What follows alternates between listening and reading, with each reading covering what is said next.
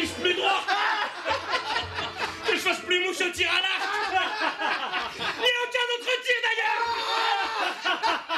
Vous non plus, vous tous qui êtes là.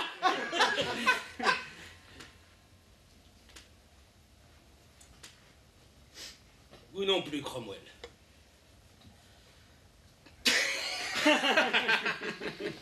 Ne te fâche pas, mon bonhomme, hein. Il se fâche comme s'il était d'origine noble, ce fils de marchand de laine. Aucun sens de l'humour. Qu'est-ce que je disais? Moins de sucre dans les gelées. J'espère qu'on m'aura entendu des cuisines. Oh, mais vous avez la plus belle voix du royaume, sire. Une belle carrière de chanteur qui s'ouvre là devant vous. On va jouer au portrait. Ah, les portraits. Tout le monde a-t-il assez mangé? Je crois que je vous nourris trop, c'est ça. Ah, mais quoi? Qu'est-ce qu'il y a? Qu'est-ce que vous voulez? Ah non. Si. Cumberland? Oui. J'oubliais. Ah. C'est pressé? Ah, si vous ne réagissez pas vigoureusement, la rébellion continuera. Sire, faites grâce, au contraire, établissez un régime de tolérance. Je suis tolérant!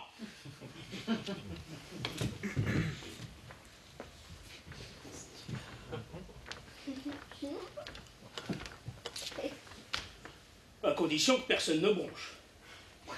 À condition que personne ne conteste ma politique. Enfin quoi, les voilà qui disent que ma pauvre Jeanne est morte faute de soins. Mais ils n'ont jamais accusé le... Revenons à Cumberland. Oui, allez, notez. Pour les rebelles de Cumberland. Notez, notre volonté, notre bon plaisir sont que vous fassiez dans chaque ville. Dans chaque ville. Dans chaque ville. Village ou hameau ayant pris part à la rébellion, un grand nombre d'exécutions. Que ceux qui sont condamnés soient pendus aux arbres. S'il n'y a pas d'arbres, eh ben plantez-en. L'essentiel est qu'il y ait le plus possible de pendus. Que leurs membres soient dispersés, tiens, afin de faire peur à ceux qui seraient tentés de suivre leur exemple. Agissez sans pitié. Sans pitié, sire. Sans pitié. Bon, à présent de l'amour, hein. Ah. Des chansons d'amour. des- Non, sire. Oh, Qu'est-ce sire. que j'ai dit, sire? Qu'est-ce que c'est, sire? Si. Je crois que je serai inconsolable. Oh mais non, sire, vous le disiez vous-même, vous êtes encore jeune. Pauvre Jeanne, mourir en couche. En vous laissant un fils. Heureusement, celui-là régnera. Je finissais par désespérer, moi. Chaque fois que je regarde ma fille Marie, Jonas, pisse-vinaigre, acariâtre comme une pie, ou ma fille Elisabeth, fermée, pincée. J'ai un frisson. Dieu préserve l'Angleterre d'être gouvernée par des femelles. Enfin, heureusement, Jeanne m'a laissé un beau petit mal. En mourant. Édouard VI. Bon, nous les portraits. Allez, portrait. Foubert! Non, sire, quick. Ah, quick. Eh ben, vous, l'artiste.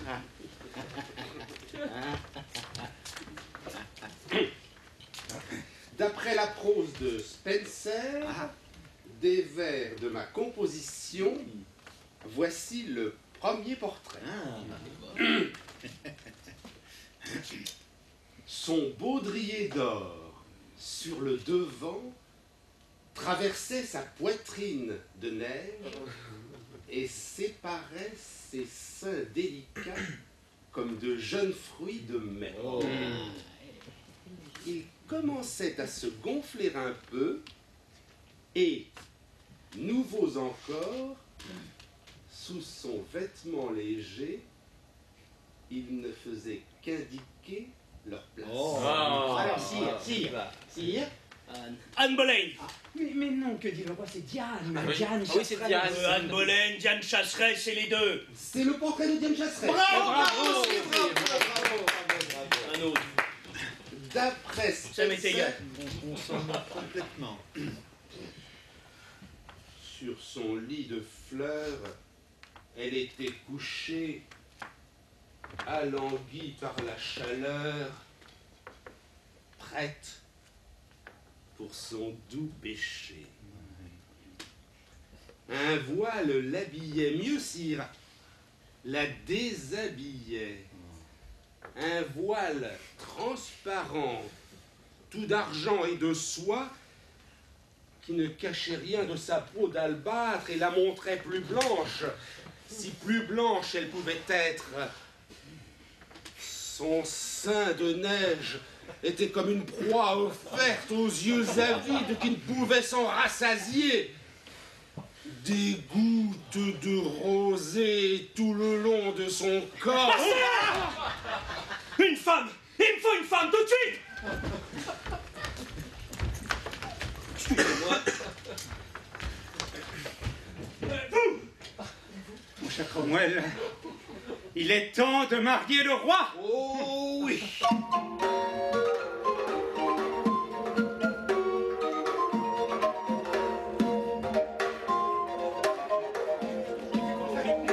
Mais puisque je vous dis que je suis inconsolable. Désir, nous vous demandons pas de faire un mariage d'amour, mais un mariage politique. Il faut vous allier ou avec Charles Quint ou avec François Ier. Si. Tant qu'ils étaient en guerre l'un contre l'autre, l'Angleterre pouvait respirer tranquille, mais c'est la paix. Épousez la fille de François. Ah, jamais! François est un cochon. Dis donc, le camp du drap d'or. Salopard. Voyez la fille de François. Non. Sire. Sire.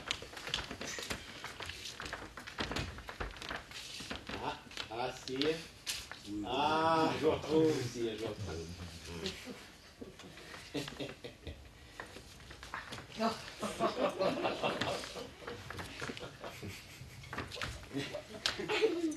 Elle est vraiment aussi jolie. Une fleur, si. Un printemps. Eh ben, qu'elle vienne à Calais. François refusera. Eh ben, tant pis. Marie de Lorraine? Oui. C'est grave, ça, hein? Parce que vous la trouvez appétissante. Tout à fait.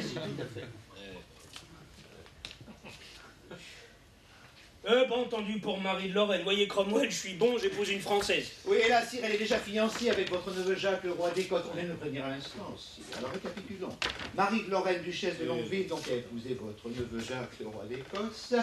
Alors, Christine du Danemark, duchesse de Milan, 16 ans. Pardon? 16 ans. 16 ans. Douce, aimable. J'en étais sûr.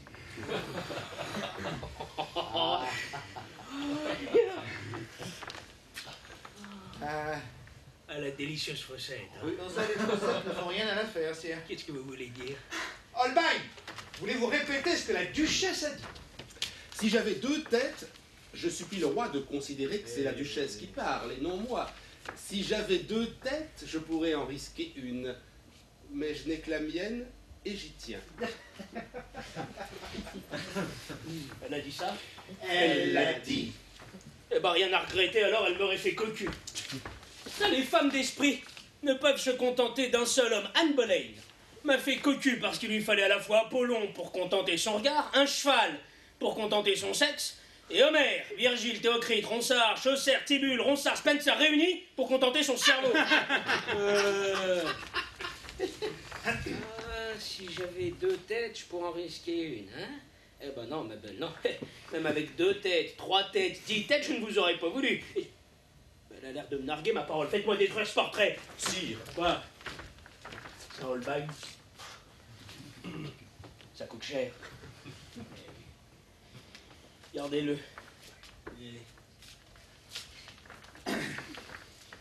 Anne de Clèves? Vous plaisantez, je vous ai dit non 100 fois. Curieuse politique, Cromwell. Vous tenez à ce que je fasse pas de velours avec François Ier et Charles Quint, vous me jetez dans les bras d'une princesse luthérienne. Celle-ci qu'il vous faut. Ah mais je refuse tout court. Mais qu'un roi d'Angleterre épouse une princesse allemande luthérienne, et tous les souverains luthériens d'Allemagne, se sentant protégés par l'Angleterre, se groupent et font bloc contre Charles Quint. Bon, sire, nous n'en sommes plus aux nuances. On vous déteste partout parce que vous avez répudié Catherine d'Aragon, annulé votre mariage pour vous remarier avec Anne Boleyn que vous avez fait décapiter par la suite. Enfin, bref, toute la chrétienté vous regarde comme un monstre. Il vous faut une alliance politique. Je vous demande de considérer très gravement ce mariage avec Anne de Clèves. C'est tout? Si j'étais un simple particulier, je pourrais m'expliquer. Me justifier, mais je ne puis faire un pas sans traîner derrière moi 16 millions de personnes. Ah, je fais l'imbécile, Cromwell, souvent. Et pour ne pas avoir à prendre des décisions, car je ne puis prendre que des décisions lourdes, massives, entières, parce que toute demi-mesure est synonyme de faiblesse. Vous savez, vous, pourquoi j'ai répudié Catherine? Parce que vous aimiez Anne Boleyn. Ah bah, vous savez pourquoi j'ai fait décapiter Anne Boleyn? Parce que vous l'aimiez. Que fallait-il faire? Toute l'Europe aurait ri de moi si je lui avais pardonné, et voilà que toute l'Europe est prête à s'armer contre moi parce que ce petit coup blanc, ce coup délicat, ce coup trop mince pour la grosse hache. Voyons un peu.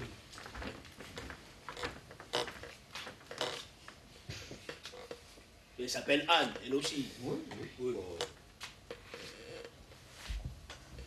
Holbein! Rendez-vous à Durein. Emmenez avec vous Kramer et Risley.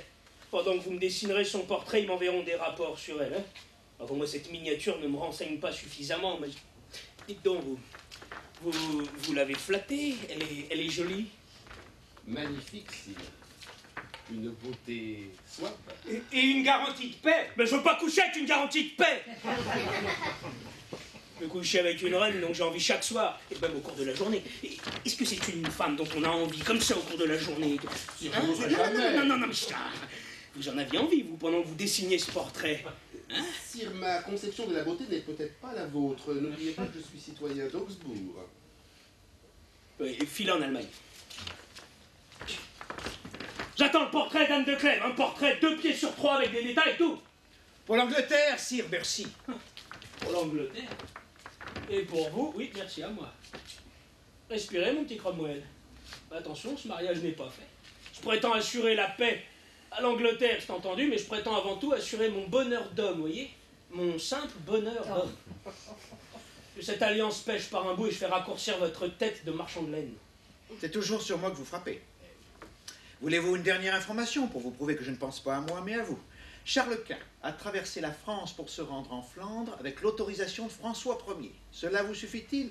Alors, ne faites pas ce mariage, sire, et ces 2 gredins débarqueront à Londres dans 6 mois. À votre tête est encore moins solide que la mienne. Ne parlez ainsi. Valet, commerçant, sale vilain, dehors! À l'instant, dehors!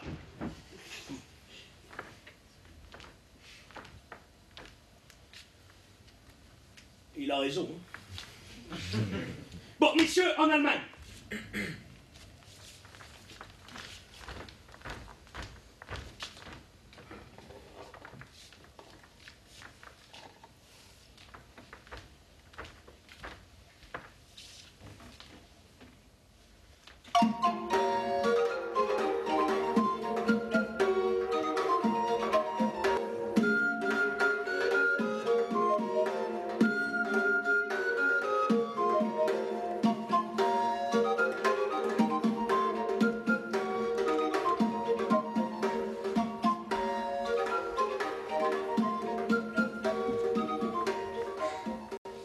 Nous ne sommes pas très contentes, vous savez, que vous nous épousiez. Il parle anglais, je vais rien comprendre. Nous sommes d'une créature douce, modeste, demeure très pure, tandis que votre maître... Les fiançailles sont signées. Voulez-vous revenir en arrière? Non, non, c'est fait. C'est fait. Mais toute la cour de Clèves a la certitude que notre maîtresse se sacrifie pour la paix de l'Europe. Notre maître aussi se sacrifie pour la paix de l'Europe. Il épouse sans connaître. Le tableau de Holbein n'est pas terminé, nous risquons notre tête. Vous risquez votre tête. Qu'est-ce à dire? C'est-à-dire que nous envoyons chaque jour au roi Henri les rapports les plus flatteurs sur le physique de la princesse. Nous arrondissons ses angles aigus, nous peignons ses défauts en forme de qualité. Elle est géante, nous avons écrit, elle est grande. D'autre part, elle est... n'est-ce pas? Et le roi aime les femmes, et puis elle a des idées, et une, un peu trop. Vous comprenez, il fallait que cela fût moins... Ah non, plus... Le roi préfère les femmes. Elle est mieux que vous l'imaginez. Elle n'a pas autant de... Oui, c'est possible, c'est possible. Voulez-vous l'avoir toute nue? Oh! Regardez le chancelier, sa tête est gonflée comme un beignet. Ces messieurs font des réserves sur mon physique, voilà. Que dites-vous, madame? Je voudrais connaître l'anglais. Ces messieurs parleront très volontiers allemand avec vous. Que désirez-vous, noble dame? Dites-moi quelques mots sur le roi. Plus je le connaîtrai, plus je pourrai le servir. Il est vraiment aussi... Ah non, beaucoup moins. Ah, j'espère, parce que tout ça, n'est-ce pas, c'est excessif, hein, hein, ah oui, c'est trop. Ah non, j'aurais préféré plus de... et moins de... Vous me comprenez? Oui, mais, il est mieux que vous ne l'imaginez, ce costume rend tout le monde... Voulez-vous le voir tout nu? Ah, Oh! oh. On m'avait dit il est admirablement proportionné, j'attendais l'Apollon du Belvédère. Vous m'apportez l'Hercule Farnèse en plus. Non, Mais vous n'êtes pas la... Oh mince, comment dit-on en allemand? Vénus de Botticelli. Vénus de Botticelli. Merci. Vous n'êtes pas la Vénus de Botticelli, madame. Autre question. Vous voyez ma tête? J'ai la faiblesse d'y tenir. Quelle est la conduite à suivre pour la garder sur mes épaules? Madame, quelle question saugrenue! Excusez-moi, je m'informais. Imaginez que le roi Henri trouve nécessaire de me faire décapiter parce que j'aurais éternué un peu trop fort, par exemple. Il est normal que je le sache. Il faut que je sache par cœur quels sont les cas où la décapitation est envisagée. Ces réflexions sont hors de saison, madame. Le roi Henri ne s'est résigné à faire subir le dernier supplice à son épouse que pour sauvegarder son honneur, son prestige et sa dignité. Elle l'avait trompé. Non, madame, n'ayez aucune crainte. Ce mariage s'annonce sous les couleurs les plus souriantes. En parlant de couleurs, il y a une chose qui peut faire oublier mon ignorance. Une seule, et sur laquelle je suis imbattable. J'en instruirai le roi et j'essaierai de le distraire avec s'il y consent. Il s'agit d'un vice. Oui, un simple petit vice. Caché, très rare de nos jours, mais passionnant. Oh. Oui, Qu'est-ce que c'est? le blason. Ah. À quoi vous attendiez-vous? Hein? Oh, pas au blason, madame. Oh, messieurs, comme vous êtes léger! Vous n'avez pas à me défendre. Madame se défend fort bien elle-même. Dites au roi que je ne connais aucun instrument de musique, hein, car on considère en Allemagne comme un signe de légèreté répréhensible qu'une noble dame ait la moindre notion de musique, mais j'apprendrai la musique s'il est musicien. La trompette. Oh, j'ai une violente inclination pour la trompette. Dites-lui aussi que je ne connais que notre langue, mais que je m'appliquerai à connaître au plus vite la sienne. Oh, mais vous la connaîtrez dès le premier soir, madame. Je la connaîtrai dès le premier soir. Oui, dès la nuit de noces. Je connaîtrai l'anglais en une nuit, par quel prodige. Le fait est, madame, qu'au matin, vous vous réveillerez connaissant l'anglais. C'est si drôle. Y a-t-il un double sens à votre réponse? Ah non. Si, vous me moquez de moi, hein, mais je vais rire de vous. À mon tour, certainement, vous ne connaissez pas le blason comme je le connais. Et le roi non plus. Le roi est savant en toutes choses et nous connaissons nos blasons par cœur, anglais et étrangers. Vraiment? Comment s'appellent les chancrures pratiquées aux écus germaniques? Les La targe, messieurs, Oui, ça s'appelle la mais targe. là, vous avez trop beau jeu. Hein. Questionnez-nous sur les blasons anglais, par exemple. Pas de problème. À Azincourt, souvenez-vous, c'est pas si loin. Certes. À Azincourt, Saint Richard Walter fit prisonnier Charles d'Orléans. À la longue, il leva son ami. Exact. Exact. Et leur amitié fut-elle si belle et si grande qu'ils décidèrent d'échanger leurs armes. Exact. On le dit. Vous n'en êtes pas sûr? Ah Non, madame. Moi, si. Quels étaient les noms des deux chevaliers anglais qui portaient les mêmes armes sans le savoir, qui se rencontrèrent un jour et voulurent se battre en combat singulier? C'était un écu barré d'or et de gueule. Oui, Enfin, ils étaient, alors mais- ma foi, ça c'était... Vous ignorez? Nous ignorons. J'en suis ravie. Et nous nous courbons par humilité devant votre sapience. Oh, il y aura au moins un sujet sur lequel je ne serai pas naïve. Et quand le roi Henri, qui paraît-il est très fier de son intelligence, m'enverra par la face un chapelet de phrases érudites, je dirai: Henri, vous n'êtes pas universel. Répondez-moi sur le blason.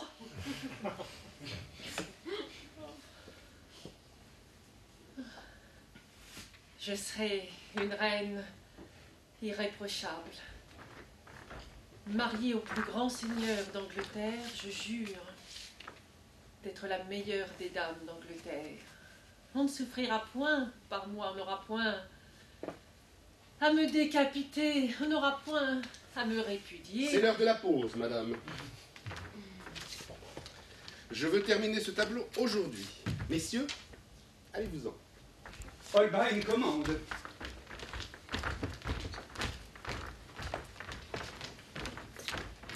Je n'obtiendrai rien des ambassadeurs anglais. Ils ne me diront que ce qu'ils voudront bien me dire, et comme je ne saisis pas un mot de leurs apartés. Mais vous, monsieur Holbein, vous n'êtes pas citoyen anglais. Vous ne pouvez pas me donner du roi une image plus précise. Il m'a nommé son valet de chambre, madame. Il m'est difficile d'en dire du mal. Qui vous demande d'en dire du mal. Il chasse. Quand un cheval est capable de le porter. Il est si lourd. Énorme. Il mange tant. Il ne mange pas, il engloutit. Quel est le cérémonial? À 8h déjeuner, à 12h dîner, à 6h souper. Au cours de la soirée, 2 autres petits repas. Pour qui? Pour toute la cour. Mais je pourrai jamais. Ah, faudra bien. Et que mange-t-on? Comment mange-t-on? Avec des fourchettes. Oh, Au son de la trompette. Oh, la trompette. Alors ça, c'est un signe. Ah, c'est sûr. Sauce épicée, vin, liqueur, fruits, fromage. Et dégelé. Dégelé. Encore dégelé. Toujours dégelé. Sucré à vomir. Dégelé de grenades, de pommes, de poires, d'oranges, de dattes, de prunes, de raisins, d'abricots et de pêche. L'Angleterre est submergée par le sucre. On le quitte dans les gelées, on le retrouve dans les fruits confits, les pâtisseries, les gâteaux, même les poèmes. Ah, j'oubliais. Le pudding. Pas de kouglof. Pas de couple. Du pudding.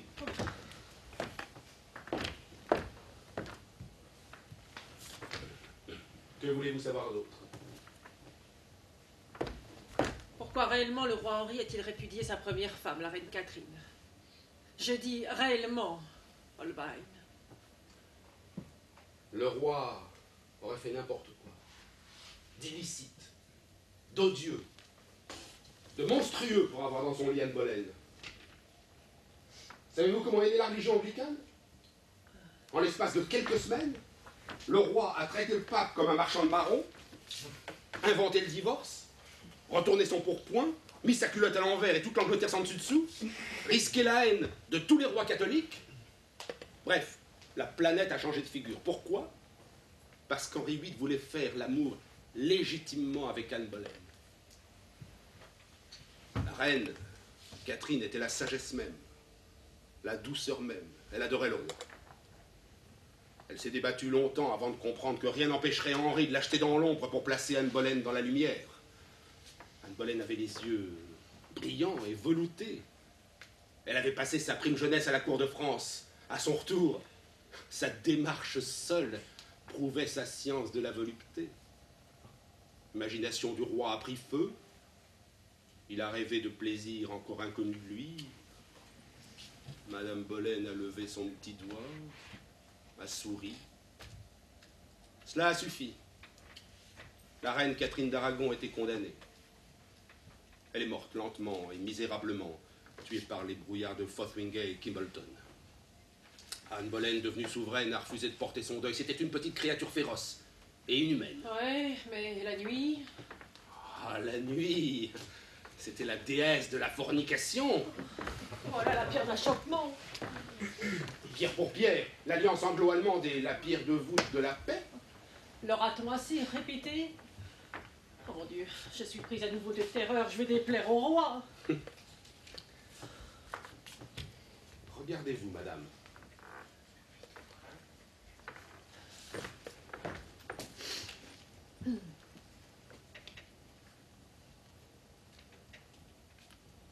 C'est moi. Et ce n'est pas moi, Holbein. C'est Anne de Clèves, vue par un ami. C'est Anne de Clèves, vue par un observateur, et je suis fier de mon œuvre. Vous y êtes en entier. Douceur et fermeté. Œil plissé désignant l'esprit. Menton aigu. Main forte. C'est là-dessus que se décidera la date du mariage, madame. Et je vous dis, moi, que le roi aura fort envie de vous voir au plus tôt. Avant la fin de l'année, vous cinglerez vers les côtes anglaises. Sire. Il n'y a aucun regret. Alors, Anne de Clèves surpasse Christine de Danemark, comme l'or du soleil surpasse l'argent de la lune. Ah bah ça, vous m'avez tant vanté cette dame, dans un sommet de ses qualités, que je serais fou d'avoir encore quelques hésitations. Grâce, beauté, belle allure, jeunesse, peu d'intelligence. Ouais, mais j'en exige pas. Vous savez, l'intelligence d'une femme, ça se place au-dessous de la ceinture. Quelle est la fesse spirituelle, le nombril éveillé, c'est tout ce que je lui demande. Préparez-moi rondement ce mariage. Dieu bénisse cette union. Laissez Dieu tranquille, vous n'y croyez pas. Adam!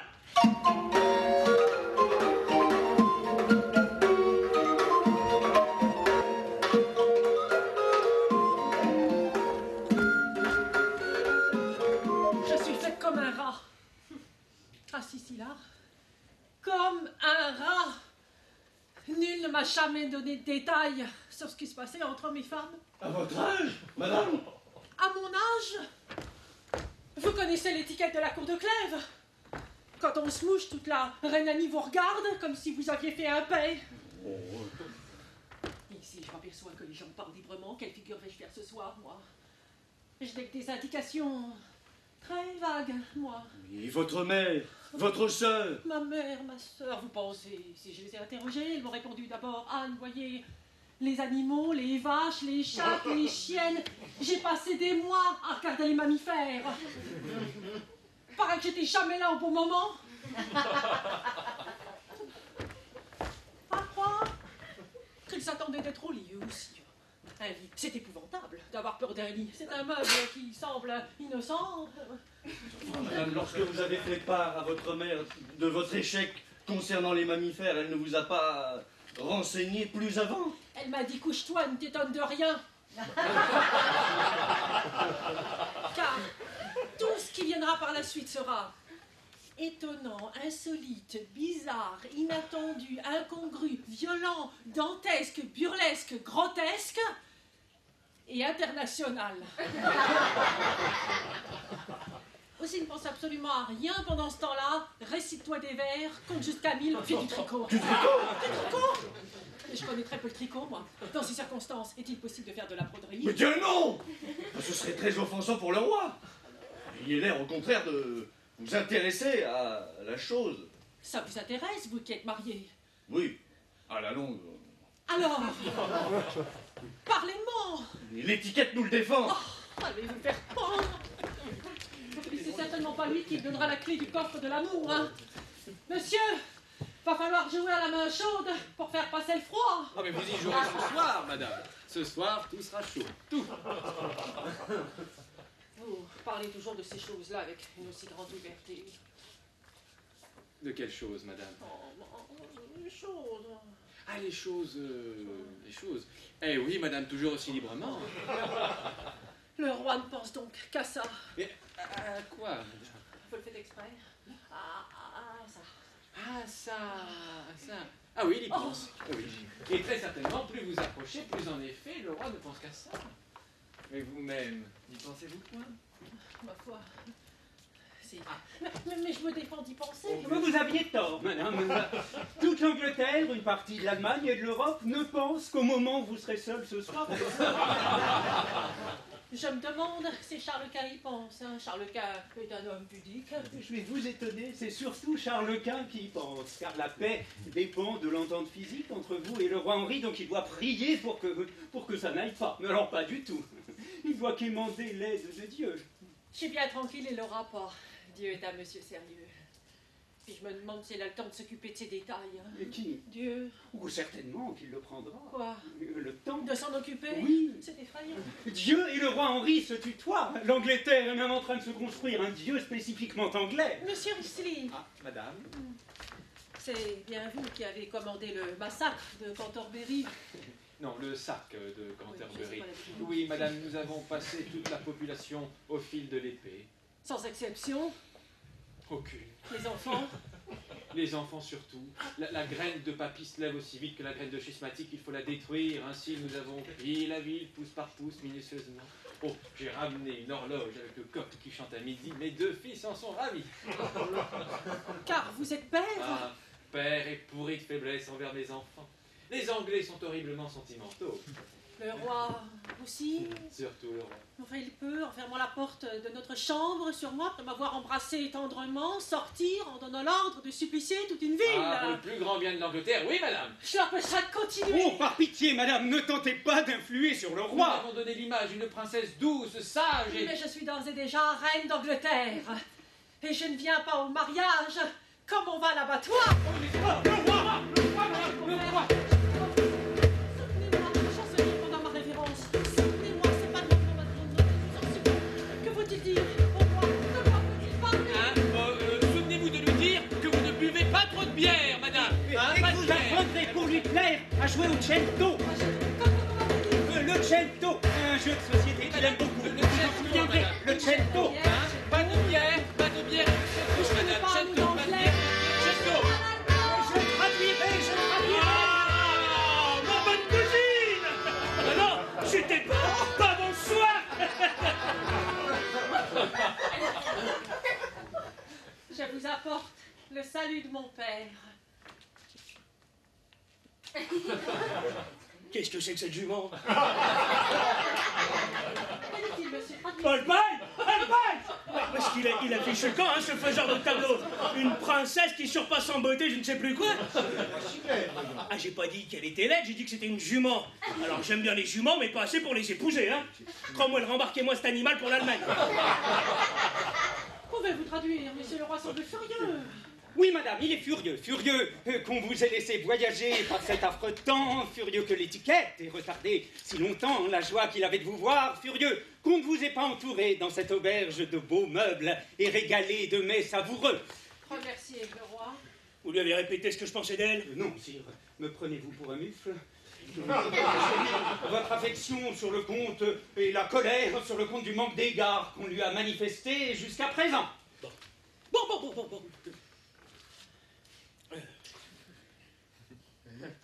Bonjour, cousine. Bonjour, ma femme. Non, moi j'y rêverai jamais. Il dit qu'il vous aime déjà. Je tâcherai d'être à la hauteur de son sentiment. Elle vous aime bien. Ah bon? Dès la première seconde? Oui. Eh ben, je suis très flatté. Mon ami Superbe. Mon ami, vous, reposez-vous. Nous serons à Londres ce soir. Et etc. Enjolivez-moi ça. Le roi est séduit, attendri par votre grâce et votre simplicité, madame. Il vous supplie de faire prendre quelques repos afin de faire le voyage jusqu'à Londres, où le peuple attend avec impatience votre venue. Merci. Qu'est-ce qu'elle dit? Elle dit merci, Henri. Le bisou, sire, le bisou.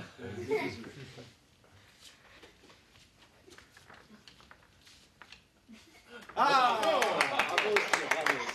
Vous êtes content, vous, hein? Qu'est-ce qu'on fait maintenant? On s'en va? Le cadeau, sire. Pour vous, cadeau. Tournez-vous. Oh là là, tournez-vous.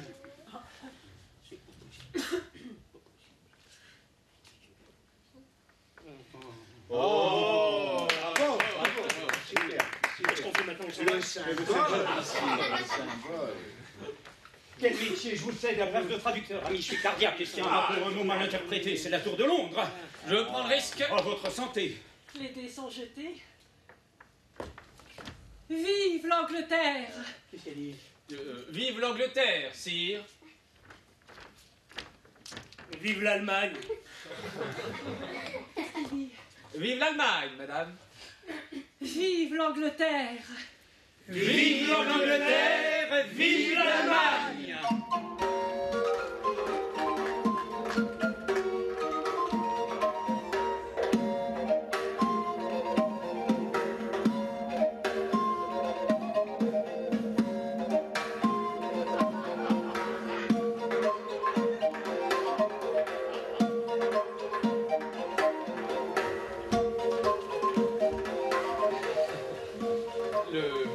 Le mariage est-il consommé, sire? Consommée. Elle me plaît pas. C'est pas mon type de femme. Je pouvais encore en douter il y a 10 minutes, à présent j'en suis rendu. Je viens de faire un voyage épuisant, depuis sa tête jusqu'à ses pieds. Que voulez-vous que je vous dise, elle n'en finit plus. Elle est longue comme d'ici à Brighton. Tellement mamelonnée que j'ai cru parcourir l'Écosse pendant le long de son cou jusqu'à son ventre. Sa croupe est plus ronde que les monts Grampians. Sire, il me semble que beaucoup d'hommes vous envieraient. C'est possible, hein. Mais moi, les voyages me fatiguent, hein. Je souhaite chevaucher en plaine. Elle parle tout le temps. Je crois de savoir en allemand ce qui motive ce concile. Doit-on le lui dire? Ah, cachez-lui la vérité, nous verrons plus tard, inventer ce que vous voulez. Ce que je peux, sire. Je vous prie avant toute chose de considérer la délicatesse et l'ingratitude de mon... Ah, carte blanche. Carte blanche. Et madame, le roi est peiné de ne pas savoir l'allemand. Vous me traduirez ce que vous lui dites et ce qu'elle vous répond. Hein. Évidemment, sire. Madame, vous parliez au roi tout à l'heure, que lui disiez-vous? Oh, des choses touchant à des détails domestiques. Déjà, cela vous honore, et c'est tout? Ma foi, oui. D'autre part, j'attendais une offensive qui n'est point venue. Sauf que le roi a la main glacée, j'étais dans un agréable état d'émotion. Nous serions en Allemagne, je ne vous en toucherai mot, croyez-le, car il est convenu chez nous de ne jamais parler de la fleurette et de ce qui tourne autour, mais nous sommes en Angleterre et je vous en parlais. Vous voyez, elle était muette de Rochester jusqu'ici, depuis elle débite comme un torrent. Qu'est-ce qu'elle dit? Elle s'attendait de la part du roi. Puis-je savoir la cause des ennuis d'Henri? J'avais commencé à vous le dire, madame. Le roi eût aimé que cette nuit de noces fût plus poétique, mais vous êtes lui et vous dans la position de sourd-muet, il en est ravagé de chagrin, vous savez. Bon. Ah ben, regardez. C'est fort délicat de sa part. Que lui dites-vous? Alors, je lui fais de vous un délicieux portrait. Pourquoi? Nous divorçons demain. Si vous tenez vraiment à la guerre avec les lecteurs de Saxe. Ah bah que faire? Que faire? Elle me plaît pas, elle m'inspire aucun mouvement. Faites encore un essai. Hein? Pour l'Angleterre, sire. Allez, madame. Hé, je vous garde, vous. Mais c'est pas possible. Ah bah c'est possible puisque je vous le demande. Vous considérez que ma position a d'incongru? Ah bah pas plus que la mienne, hein. Dites à la reine que vous êtes mobilisé entre elle et moi pour favoriser des rapports devenus hypothétiques. Que se passe-t-il, monsieur? Que va-t-il se passer? Ben, entre le roi et vous, rien, madame.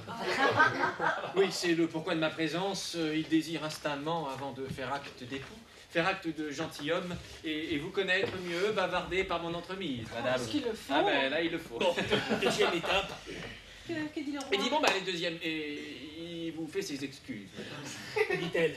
Hein, elle a demandé ce que vous disiez, Et qu'allez-vous dire que je disais? que vous faisiez vos excuses.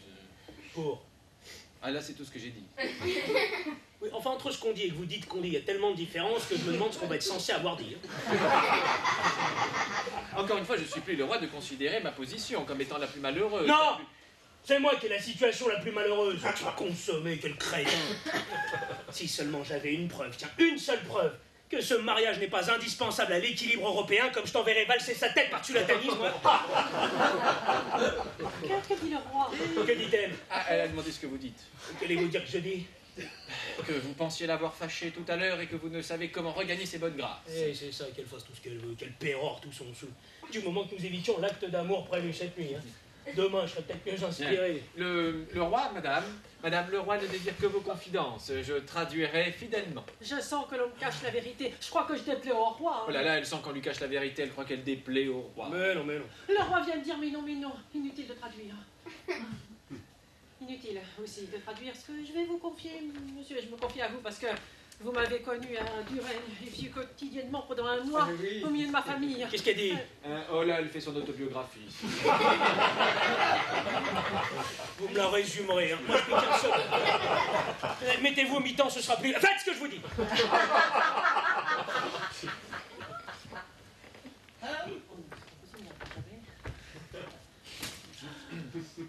Où allez-vous, monsieur l'ambassadeur? Me coucher. Pas bien loin, je suis confus, madame. Ordre du roi. C'est vous qui allez me trousser?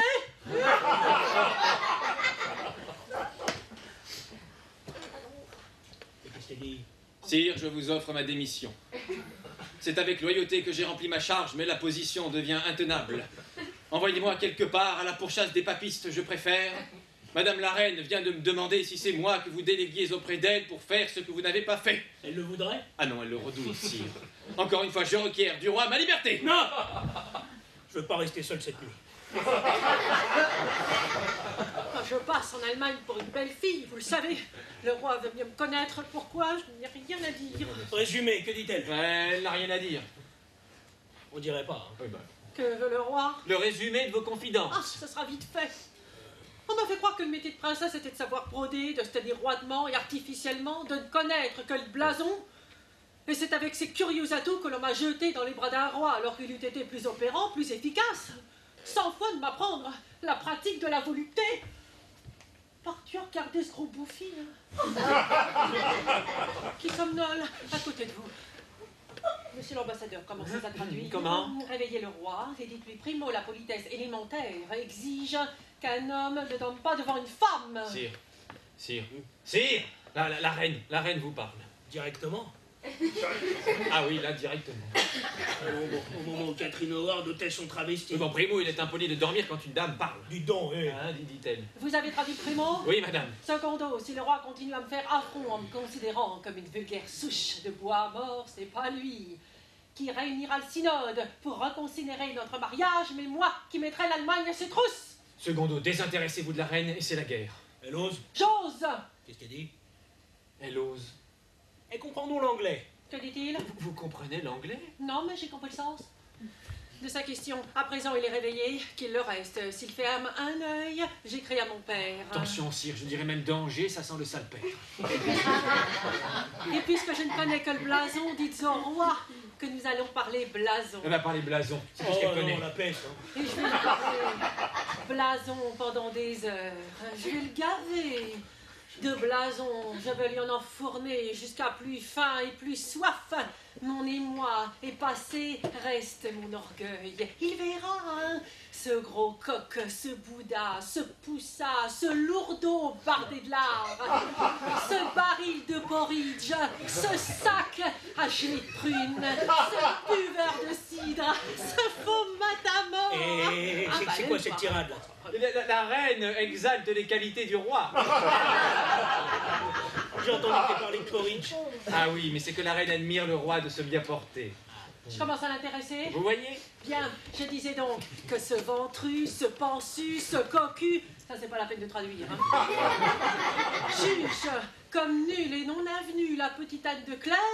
Or si Anne de Clèves ne parle que blason, répétons-le, c'est qu'elle ne connaît que blason, blasonnance et blasonnerie et tout ce qui s'y réfère, s'y rattache, s'y corrobore, mais une minute. Anne de Clèves apprend vite. Elle apprendra très vite l'anglais. L'érudition n'est pas le seul privilège de seul Henri le VIIIe. Elle a des vues complètes sur les questions religieuses. J'ai un œil panoramique sur l'héraldique. Il connaît par cœur les poètes grecs, latins et français. J'entends lui passer en revue les écus et bannières du monde entier. Puisqu'il me tourne son gros derrière, j'attaque. Cela lui plaise ou non. À chaque signe de défaillance, hein, réveillez-le et menacez-le d'une révolte des principautés d'outre-Rhin.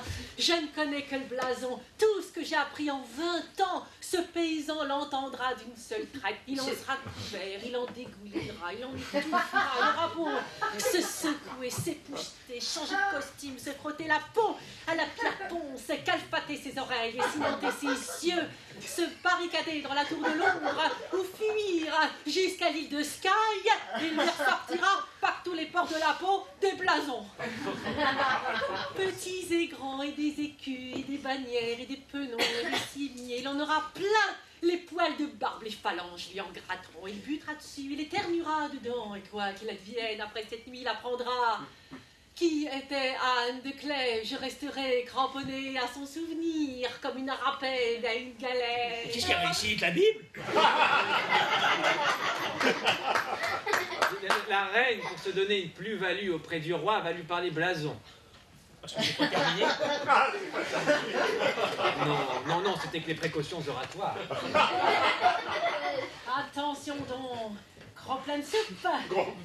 Le parchemin se déroule, les discours commencent. Je mets l'entonnoir dans le bec de loi et j'entonne. Je dirai tout ce que je connais. Et j'en connais, je sais tout. Traduisez. Hein? Je vais dire, ah oui, je vais dire les écus papelonnés, maçonnés, Attendez. enlevés, arrachés, Oui, elle va dire les écus enclavés, sire. Arrachés, sire. Nébulés. Je connais Nébulés. les écus nébulés, Voilà. ondés, engrelés, danchés.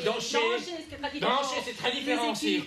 Tissés, Voilà, chassés, tissés, chaussés, voilà, chassés, équivolés, emmanchés. C'est-ils ce que sont les combles? Vous savez ce que c'est que Et les les combles? trangles? Et les trangles. Je Eh ben, sais. elle sait, Je sire. sais comment on va la Voilà, voilà, la vergette de la face. Voilà, elle signe les chevrons. Voilà les mots. Elle les cote. Elle connaît les pommes. Elle connaît bien les pommes. Voilà, les câbles, les manteaux, les annelés, les tourteaux, les rustres. Elle est hybride. Voilà, alors les arbres de l'Écosse est complètement fleuri. À partir du lieu des croisés, j'avais Voilà, appris alors. par cœur connaît tous bien les les- lions, les léopards lyonnais des arbres. Voilà, les lieux du royaume, elle les connaît bien. Voilà, voilà, il y a et l'ennemi léopard oui. sur champ de gueule. Voilà, les queues de la barque, elle est bien aussi. Dans le Sussex, tout ça c'est dans le Sussex, Si c'est le pas lion ici. était rampant, Alors voilà, il y a des lions qui rampent. Et la queue est parallèle avec un crochet. Et en dehors, en dedans, et vers la fenêtre. Alors ils se regardent, les lions, ils se regardent, voilà, ils se boudent. Voilà, alors le nombril supérieur surgit, le nombril supérieur surgit de l'écu. Et puis à un moment donné, il a plus de queue, plus de dents. Voilà, c'est Jean d'Aven, on doit ça à Jean d'Aven. Voilà, il était bâtard. C'est une question d'héritage. Voilà, c'est pas la cordise, ça tâche pas le blason, voyez-vous. Alors, il y a le lot avec la queue ramenée entre les jambes et il est viré. Il a été viré par les autres membres du clan qui l'ont décapité. Voilà, il avait une queue bifide. Voilà, et parfois il se met un chapeau, parfois un manteau, parfois il est moitié dragon, moitié lion. Et quand il est un poisson, c'est devient une lionne. Elle connaît aussi. Les armes de Walsh, la lance, les armes de Shakespeare. Elle connaît bien Je connais aussi. le fer de Dard, la Elle connaît Butler, la boutrole, la chausse-trappe, la molette. le leurre. Ah, c'est un leurre. Le corps de chasse Alors, qui figure sur les armes allemandes. la chasse allemande est complètement bouchée ici. Et voilà, quand il n'a pas d'attache, De même que la manche devient mal. Ah, c'est Maltave, c'est Doris, c'est pas anglais ici, c'est Maltave. Ah bah non, pas grave. Oui, on se souvient bien d'Hastings, sire. Oui, c'est exact. Mais je vais vous dire les slogans, ou slogans, ou Krieger, les Anglais. Non, c'est les Kriegers, je vous arrête. Les anciens, les Irlandais criaient. Alors, à bout. les Irlandais, les anciens, c'était à bout. Les Lannister ont pour devise criante Cromabou. Cromabou pour les Dusters, Cromabou. Les Desmond, Chanette à bout. Chanette à bout pour les Desmond, Les sire. Butler, Butler à bout pour les Butlers, sire. Que les Martins Alors, de votre dorso de Charles. Vous savez que les Martins, à côté, les Martins, ils ont une devise, c'est très drôle, très drôle de devise. Alors, celui qui regarde le singe de Martin, le singe de Martin le regardera, sire. Ah, je sais pas. Ah bah ça signifie rien du tout. Ce sont des devises sportives, ce sont des aphorismes de Pecno, ce sont des cris d'hommes des cavernes. Ce pays qui se dit civilisé, dit dans les étanchements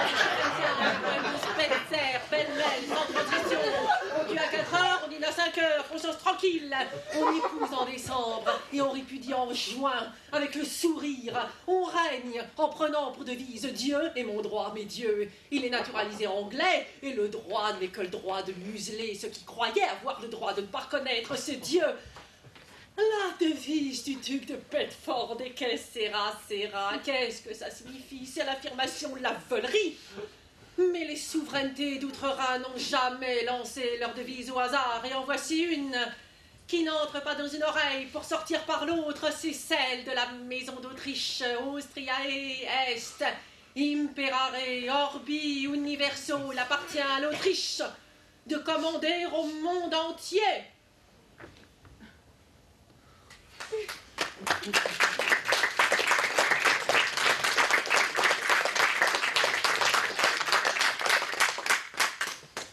Traduisez.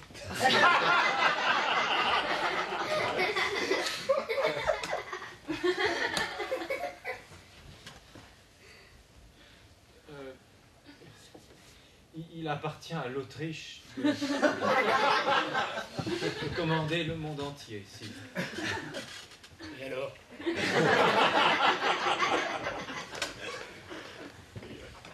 Et alors? Et alors? Les princes d'Autriche sont amis des princes d'Allemagne. Et alors, les princes d'Autriche sont amis des princes d'Allemagne. Et alors? Et alors? Et alors? Rien. Il a sa leçon qu'il réponde un mot de travers et je fiche le feu à l'Europe. Sire, l'heure est au sourire, quel que soit votre état d'esprit. La reine exige une marque d'intérêt du roi. Elle exige, sans quoi le quart du globe mobilise ses armées.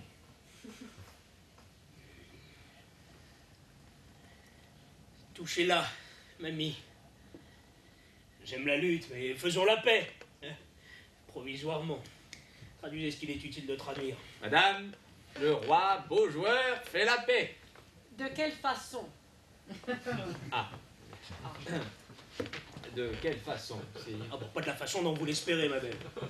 Il y a là un phénomène cuisant pour la peau de votre amour-propre, je le conçois, mais j'y peux rien, impatienté. Vous savez, l'Angleterre s'est pas bâtie en une nuit. Peut-être que notre frotti-frottard raté de cette nuit nécessite quelques essais loyaux supplémentaires. Peut-être que votre faute... Non, mais inutile de traduire. Prenez le jeu de cartes, on va jouer au cento. Ah! On joue au cento. Oui, madame! Navré, le temps des mufleries est terminé. Nous jouerons un jeu allemand. Ah, bah nous jouerons un jeu allemand, sire. Ah non, on va jouer à ça. On va jouer à la marelle, on va jouer à Colin-Maillard. J'ai plus à discuter. Ce jeu s'appelle le schnork. Ah, le schnork, sire! Dans ce jeu, c'est la dame qui est maîtresse. 16 points. Le roi ne vaut rien. Alors, C'est la dame qui est maîtresse, sire, le roi ne vaut rien. Vous pouvez parler jusqu'au prochain Pâques, je l'écoute plus, je l'attends Alors. tournante. Donc le schnork, le roi vaut Le rien. schnork. il Alors, faut 4 cartes pour abattre la reine. Oui, alors il Quand faut on a ces faut 4 cartes, on Alors. dit brem, bi, Voilà. brem ou caput. c'est-à-dire qu'il faut 4 cartes. 4 cartes, et on... Et Et, on garde une réserve de 10 cartes appelée Schwallenbrook. et voilà, et ça c'est le Schwallenbrook, sire. Hein?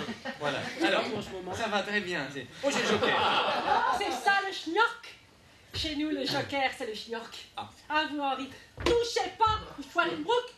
Mais j'ai 3 valets. Non, mais il faut pas toucher au Schwallenbrook, là. Mais oui, mais j'ai 3 valets. Oui, mais il a 3 valets. Oh, 3 beatbox, ça fait un glockenspiel. Ouais, 3 beatbox, ça fait un glockenspiel. Et qu'est-ce que je fais avec mon glockenspiel? Qu'est-ce qu'il fait avec son glockenspiel? Ah, que je joue un beatbox. Ah, il faut jouer un beatbox, sire. Milbock. Dame de carreau. Ah, dame de cœur, amour à Schwallenbrook. 9 de cœur. 10 de carreau. 7 de carreau. Henri gagne. Il gagne. Schwallenbrook pour vous, c'est Il pour gagne, moi. vous gagnez. Qu'est-ce que je Jouez- fais? Ah bah, jouez le schnork derrière Henri. Allez, je joue le schnork.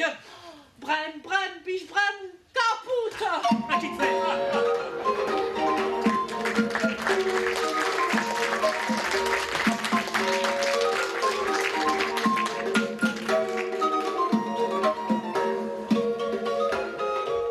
J'ai faim. Je vous ai convoqué parce que j'ai faim. Un roast beef pour le roi. Mais qui parle de roast beef? J'ai faim d'autre chose, j'ai faim d'une femme. Comprenez-moi demi-mot. Je vous ai compris à demi-mot, vous avez faim d'une femme. Vous m'avez compris. La reine n'est non pas une femme? Ah non. Non, c'est pas une femme. C'est un pic, c'est un cap, c'est une péninsule. Un pénis, mais c'est pas une femme. Et voilà 6 mois que j'ai ce monument dans mon lit. 6 mois. 6 mois, je sais pas combien vous avez dit, moi j'en ai qu'une. Et c'est que maintenant, elle a appris l'anglais. Donc elle comprend pourquoi je la délaisse, donc elle est vexée, comme un dindon. Et comme elle est toujours vierge, son caractère tourne au vinaigre. C'est terrible. Une vierge de 35 ans. Vous savez qu'elle en arrive à me dire « Henri, troussez-moi ou les Allemands débarquent à Londres ». Eh ben rien n'y fait, même la menace, bien au contraire. Que voulez-vous que je vous dise? Elle me plaît pas, elle m'a jamais plu, elle me plaira jamais. Alors j'ai tenu 6 mois, maintenant je mets les pouces. C'est-à-dire? C'est-à-dire? C'est-à-dire que je ne veux plus de cette dame ici, débarrassez-moi et urgez. Urger, c'est... Urger, du verbe urger, je urge, nous urgeons, vous urgez, bref, ça urge, c'est urgent, remarquez-la pendant. Plutôt la guerre qu'un petit effort. Un petit effort, je viens de me cogner 6 mois de travaux forcés. Si, vous avez envie de chair fraîche et de fruits verts, très bien. Prenez une maîtresse, mais gardez la reine avec... Maîtresse, c'est immoral, voyons. Je suis le chef de la religion anglicane. Non, je préfère me remarier. Le mariage avec Anne de Clèves était peut-être nécessaire au moment même où vous l'avez préconisé, mais il n'offre plus aucune garantie. On peut le défaire et l'annuler sans danger. Mais oui, mais bien sûr, mais avec la flotte allemande à Londres un mois plus tard. La flotte allemande ne bougera pas et vous le savez. Mais vous n'osez le dire parce que vous voulez sauver votre petite peau de Cromwell. Et votre grosse tête de Cromwell. Non mais c'est un complot. Qui parle de complot? Si, questionnez Risley, votre ambassadeur. Risley. Non mais écoutez, Non, mais oui, si vous avez le bon droit de votre côté, que craignez-vous? Non, mais Sire, de nombreux faits prouvent que l'alliance anglo-germaine n'est plus qu'un chiffon sans valeur, en effet. Eh ben pourquoi vous taisiez-vous dans ce cas? Sur ordre de son Excellence Cromwell. Mais ne faites pas ce mariage, sire, et je vous garantis que toute l'Europe vous tombera sur le dos. Faites vos mal, jeunesse. Vous me préparez votre défense sur un petit papier que je lirai à couronne reposée. Et puis vous me ferez le plaisir de coucher à la Tour de Londres ce soir. M'ennuyez! Bon, mes petits-enfants, vous allez me trouver une bonne raison juridique pour que Madame de Clèves s'en aille, hein? Nous allons vous la mitonner. Eh ben voilà des braves gens, hein? On va même y travailler maintenant. Si j'ai bonne souvenance, autrefois, cette tour de Pise, cet Himalaya était fiancé. Oui, au marquis de Lorraine. Au marquis de Lorraine? Eh ben, Risley!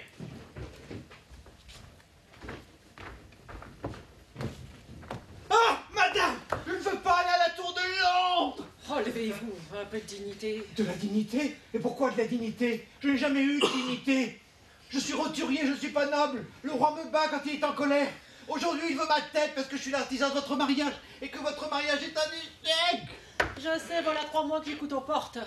Depuis que je commence à saisir les nuances de votre langue. Vous allez me défendre, n'est-ce pas? Quoi bon? Le roi m'a dit de préparer ma défense. Ma défense, c'est vous. C'est ce qu'ils vont faire. Ils vont exhumer vos fiançailles avec le marquis de Lorraine pour annuler votre mariage avec le roi Henri. Il n'y a aucun contrat comme quoi j'étais fiancée au marquis de Lorraine. J'avais 8 ans d'ailleurs. Ou autre chose. Moi, je trouverais 1000 autres choses pour me défendre. Ah! Car vous allez vous défendre, n'est-ce pas? Moi, j'avais écrit mon panégyrique. Ah, nous sommes deux fortes intelligences, un bloc. Nous vaincrons. Ah, Cromwell, disciple de Machiavel. Cromwell, ou de la robe de laine à la robe de peau. Cromwell, bras droit du roi. Mais s'il me coupe la tête, il se coupe le bras. 20 ans de au service, 640 monastères saccagés, 90 collèges fermés, 2000 couvents et monastères profanés, pillés, annexés, 503 pendaisons, 92 estrapades, 63 écartèlements, tout cela, c'est moi. Les interrogatoires, les espions, les déportations, les assassinats politiques, c'est moi. Les tribunaux truqués, les spoliations, les saisies, les interdictions, c'est moi. Toujours moi, encore moi. Me couper le cou, il n'y aurait plus de justice alors. 5000 crimes au service de l'État. Quel chiffre! Quelle œuvre! Quel chiffre! Quelle œuvre! Quel imbécile. Oh. Duresne. Mon château de Duresne, dans le duché de Clèves. À l'automne, on engrange les pommes et les prunes. Les eaux lentes du Rhin qui ont vu tant d'histoires. Et les plaines, basses, désertes, à perte de vue, qui font croire que l'on est au bout de quelques planètes mortes. Les doux moulins à vent tournant, silencieux, et les bourgs, tant chantés dans les Nibelungen. La forêt de Reichwald, où l'on chasse le cerf. La terre de Xanthon, où les socs de charrues déterrent les cuirasses de vikings. Le château du Graal. Siegfried, le blond, à peau d'albâtre, partant pour découvrir le monde. Siegfried.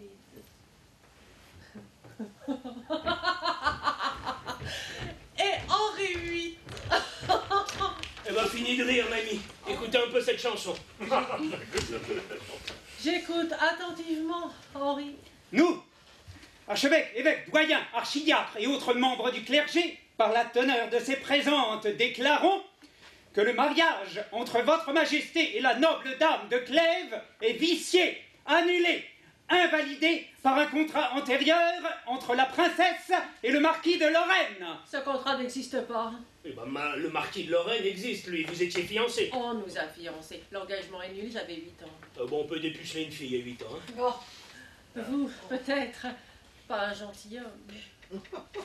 Oh, bon, continue. Quoi qu'il en soit, d'après les preuves qu'on nous a fournies, dans ce mariage avec Anne, il n'y a pas eu, de la part de votre majesté, consentement intime, pur, parfait, entier. Vous avez été trompé quand on dressa les conditions par des portraits exagérés d'une beauté imaginaire. Ah, Volbane, qui croyait être le meilleur portraitiste de son siècle. L'acte de célébration vous a été arraché par des considérations toutes politiques quand, intérieurement, vous luttiez contre cette union.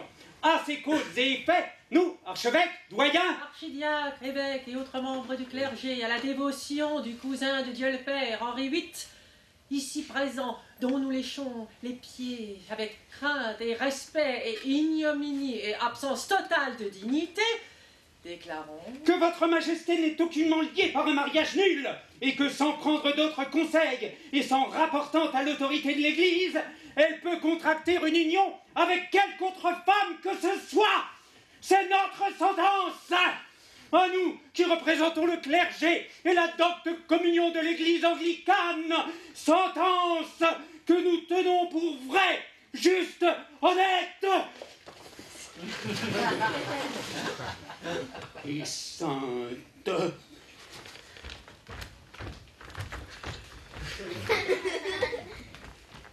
C'est notre sentence, à nous qui sommes payés pour justifier canoniquement les nouveaux caprices. Du cousin de Dieu le Père, Henri VIII, ici présent, déjà nommé, sentence que nous savons être injuste, ignoble, malhonnête et parfaitement illégale. C'est pas tout. Henri.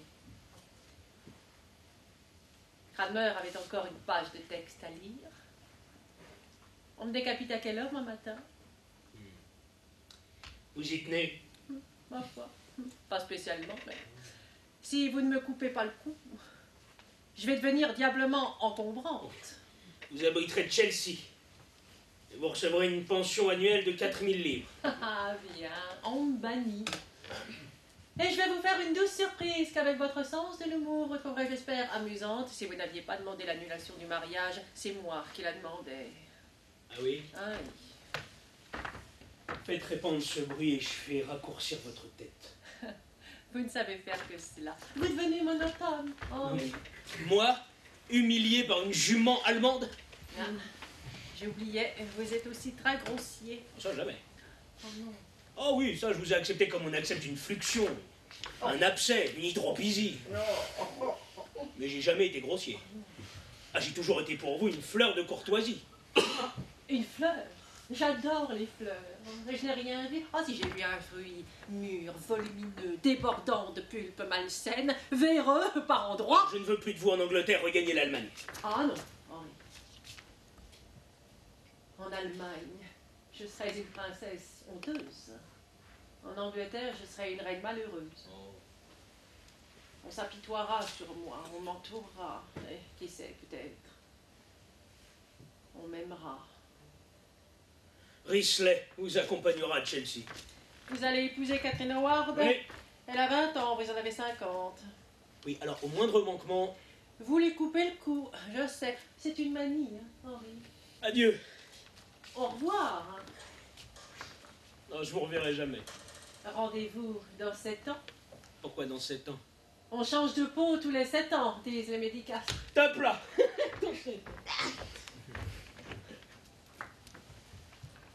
Il changera de femme avant que je ne change de peau.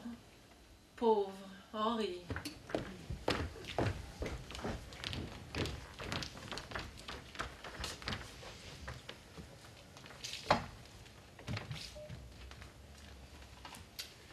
Ce 1er août 1540, de Henri VIII à François Ier, roi de France. Mon cher cousin, j'ai l'heure de vous annoncer deux excellentes nouvelles. Primo et primus, j'ai pu me débarrasser sans dommage de la princesse de Clèves.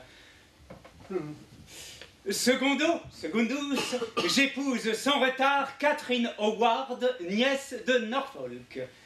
J'espère que la guerre, qu'opiniâtrement vous menez contre Charles Quint depuis 22 ans, se poursuit à votre avantage. Bon courage.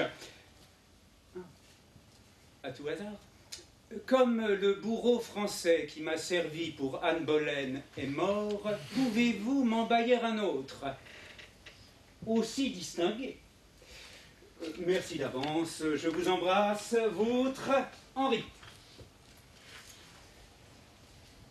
Ce 13 février 1542, du roi Henri au roi François, François, mon cher, j'ai à vous annoncer une pénible mais excellente nouvelle.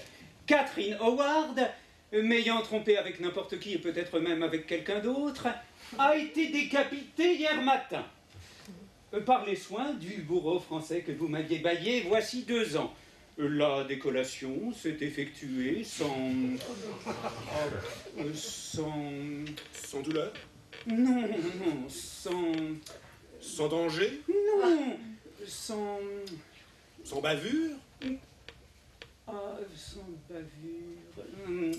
Atroce mentalité, non, sans qu'il faille s'y reprendre à plusieurs fois. Comme avec nos balourds de bourreaux anglais. La délicatesse française. J'espère que la guerre, qu'opiniâtrement vous menez contre Charles Quint depuis 24 ans, se poursuit à votre avantage. Montjoie Saint-Denis. Votre sincèrement, Henri. François, mon ami, cette année 1543 verra mon 6e mariage. J'épouse Madame veuve Catherine Parr. Oh, j'espère que la guerre, qu'opiniâtrement vous menez contre Charles Quint depuis 24 ans. 25 ans. Se poursuit à votre avantage sur ce corda Henri VIII. 8. 2 fois 4, 8. Je sais. Ce 1er janvier 1546, mon cher cousin François Ier. Henri II. Oh, Henri II. Comme le temps passe. Je vous renvoie le bourreau français que votre père François m'avait baillé si aimablement il y a 7 ans. D'abord, la couronne anglaise doit faire des économies, et je rogne sur tous les budgets, même les plus minces. Ensuite, il est visible qu'après 3 ans de mariage avec Catherine Parr, je n'aurai point besoin des services d'un bourreau. La reine est d'une agaçante fidélité. Enfin, serait-elle infidèle que cela m'est devenu supérieurement indifférent? J'ai d'autres Anglais à fouetter. J'espère que vous continuez. Avec opiniâtreté, contre Charles Quint, la guerre entreprise par feu votre père depuis bientôt 30 ans. 30 ans, comme le temps passe. Elle se terminera certainement à votre avantage. Certainement. Oui, c'est évident. Et mon cher Henri, je vous embrasse. Henri!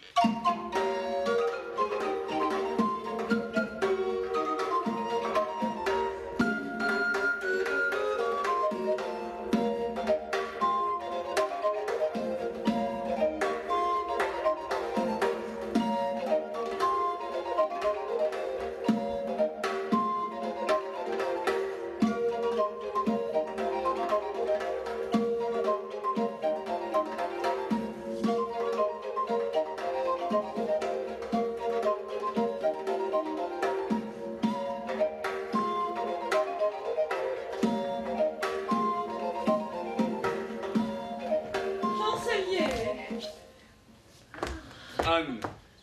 Oh, seulement un serment de main. Alors que nous nous sommes vus de 7 longues années. Embrassez-moi, voyons, vieux barbon. Vieux reine de mon enfance. Ça se fait pas! Bah ici ça se fait. Parlons-en de ce qui se fait. L'Europe s'étonne que vous meniez joyeuse vie. L'Europe, je la croyais occupée à autre chose. Non, j'ai simplement découvert la liberté. Je porte une robe nouvelle chaque jour. On me courtille. De trop près. De très près, oui. Jamais de trop près. Dieu, que c'est chaud, les bras d'un homme. J'en demande pardon à mon père, mais ma virginité me pesait. À 35 ans, devenait urgent de m'en ôter le fardeau, puisque le roi Henri avait failli à son devoir. On vous prête des amants par douzaines. Pourquoi? Pourquoi pas? Henri VIII a fait décapiter Anne Boleyn pour 12 fois moins. Oui, justement, alors pourquoi ne pas goûter au plaisir de ce monde?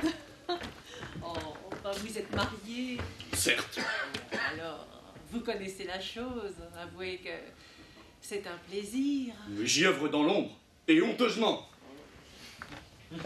Je n'y œuvre que dans l'ombre, car je respecte les usages, mais joyeusement. Sauf 2 fois.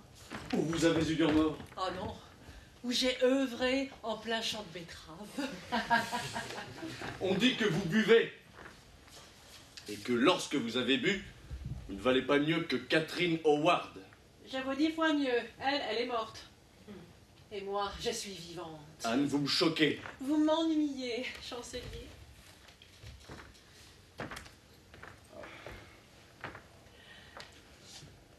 Revenez en Allemagne. Nulle part ailleurs qu'ici, je n'aurais pu vivre libre.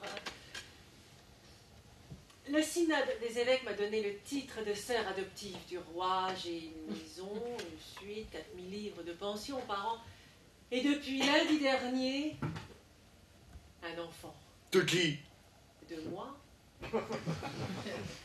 De mon ventre, enfin rempli par un mâle qui m'a trouvé désirable. Je m'en vais, reine ratée. Reine ratée peut-être, mais femme comblée, sûrement. Adieu, je ne veux même pas voir votre enfant. Je ne vous l'aurais pas montré. Ouvrez! Le roi? Ouvrez, je parle à ma sœur! Sa sœur, nous sombrons dans la farce. Que croyez-vous qu'a été cette histoire jusqu'à présent? Chancelier selon une farce. Eh ben là, on se barricade contre son frère! Eh bien, entrez, Henri. Faut-il faire abattre la porte? Où êtes-vous? Encore assez maigre pour passer? Eh ben, il y a 7 ans que nous nous sommes vus. Vous m'accueillez par des insolences. Il m'est revenu à l'oreille qu'on avait dû abattre certaines portes de vos appartements pour que vous puissiez passer. Carogne, pété de joie, hein? Tiens! Comment va l'Allemagne? Mal, sire. Tant mieux, tant mieux. Mettez-le dehors.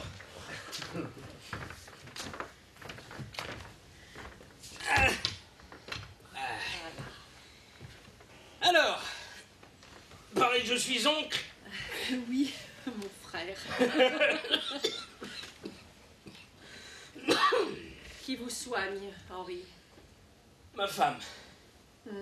Entre deux conspirations? Ah, vous savez.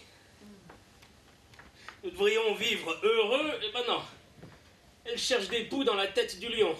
Quel lion? Eh ben moi. Vous, un lion? Oh non, un petit chien basset, Henri. Bon, alors je suis pas venu ici pour que vous m'insultiez, mais parce que vous m'avez donné un neveu. Montrez-moi si l'enfant est gaillard. Que voulez-vous en faire? Eh ben un prince, pardi. Moi, je vais en faire un inconnu. Laissez-nous tranquilles, Henri. Vous avez raté votre vie, ne gâchez pas la mienne.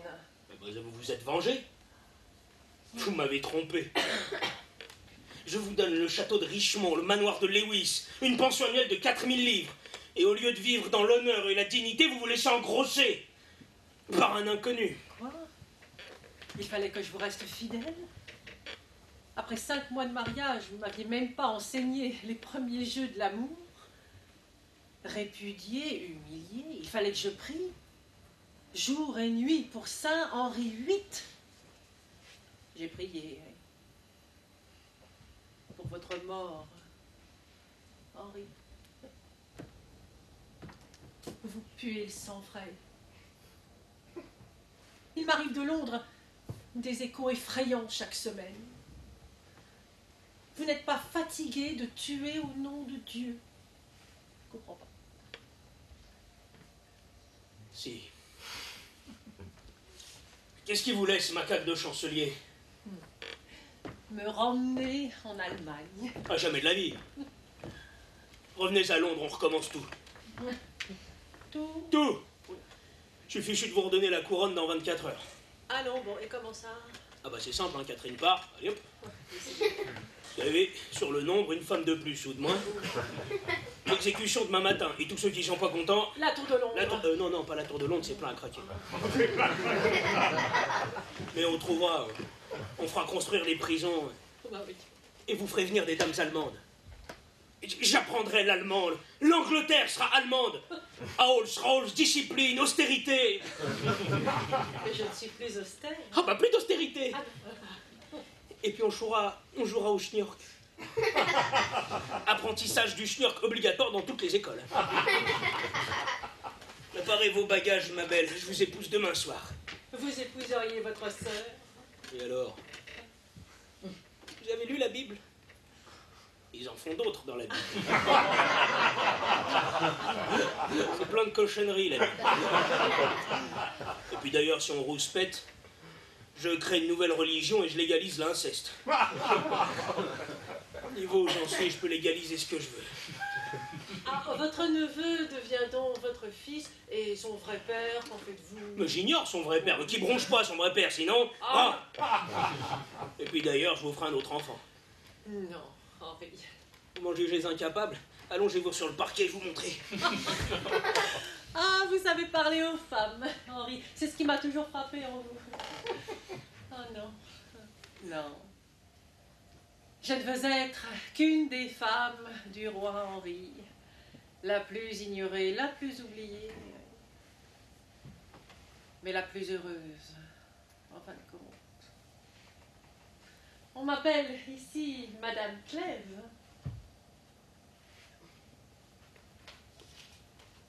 Médiocre. Vous êtes une médiocre, Madame Clèves.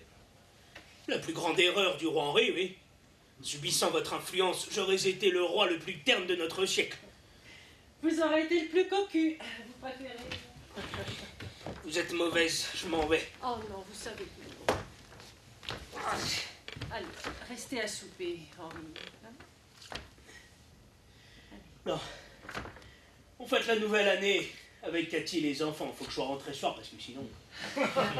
Sinon, vous gronde. Comment vont-ils les enfants? Édouard pousse. Dru. Elisabeth. Elle a 14 ans. Non, le problème, c'est Marie. Elle ressemble un peu à Catherine d'Aragon. Hein. Elle tourne à la vieille fille. Un teint de cierge, une tête de haricot mal cuit. Restez à dîner, Henri. Ah, vous allez encore vous empiffrer à vous rendre malade et rendre malade vos convives. Et à votre âge? Ah ouais, à mon âge, on part pour vivre centenaire. Je vous enterrerai. Je sais même plus pourquoi j'étais venu. Par cet horrible temps, moi. Ah, si. Pour voir votre enfant. Eh ben, saluez-le. De la part de son oncle, sœur Anne. Et rendez-vous dans 7 ans. Changement de peau. Je serai là. Mais vous, viendrez-vous rester à dîner, Henri? Restez à coucher, je vous borderai. Restez à déjeuner, j'ouvrirai votre fenêtre sur les prairies du Sussex. Nous irons jusqu'à Brighton, respirer l'air des dunes. Nous visiterons les villages de pêcheurs. Restez jusqu'à la fin de votre vie. Je serai Monsieur Clèves. Frère Clèves. Et celui-là, c'est qui? Frère Risley? Voici justement Monsieur Clèves. Monsieur Clèves? Eh ben, dites donc, jeune homme, n'avez pas perdu de temps depuis. Et ça dure depuis? Oh, 5 ans, sire, après mon divorce. Et en quel appareil vous voilà? Hein? En appareil ménager, sire. Vous binez, vous sarclez, Je butine. butinez. Vous lutinez, oui? Oh, à mes moments perdus, sire. Alors quand je vous crois le samedi et le dimanche en train d'inspecter les côtes britanniques, vous inspectez ma sœur. Oh, je l'inspecte et je la respecte. En lui faisant un enfant. L'épluchage de poireaux n'a jamais empêché d'être gentilhomme. Allez hop, à la Tour de Londres! C'est plein, la Tour de Londres. Et puis, il faut un motif. Un motif? Je suis cocu! Oh, mais ça, 2 fois cocu par mon meilleur ami! Non mais comme dans les pires vaudevilles, non mais nom de Dieu, ici, qui est le roi ici? Ici? C'est... C'est qui, c'est mon neveu? Il a un caractère de cochon. Il s'appelle Henri.